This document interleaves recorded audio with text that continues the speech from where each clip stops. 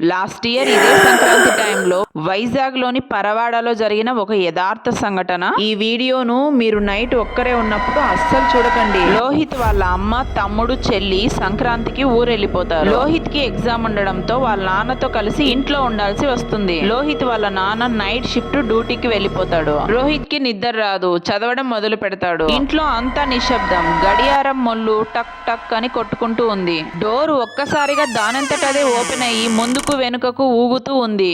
ఎవరో లోహిత్ లోహిత్ అని పిలుస్తున్న శబ్దం మొదలయ్యింది. లోహిత్ మెల్లగా ఆ శబ్దం వస్తున్న వైపు వెళ్లడం మొదలు పెట్టాడు.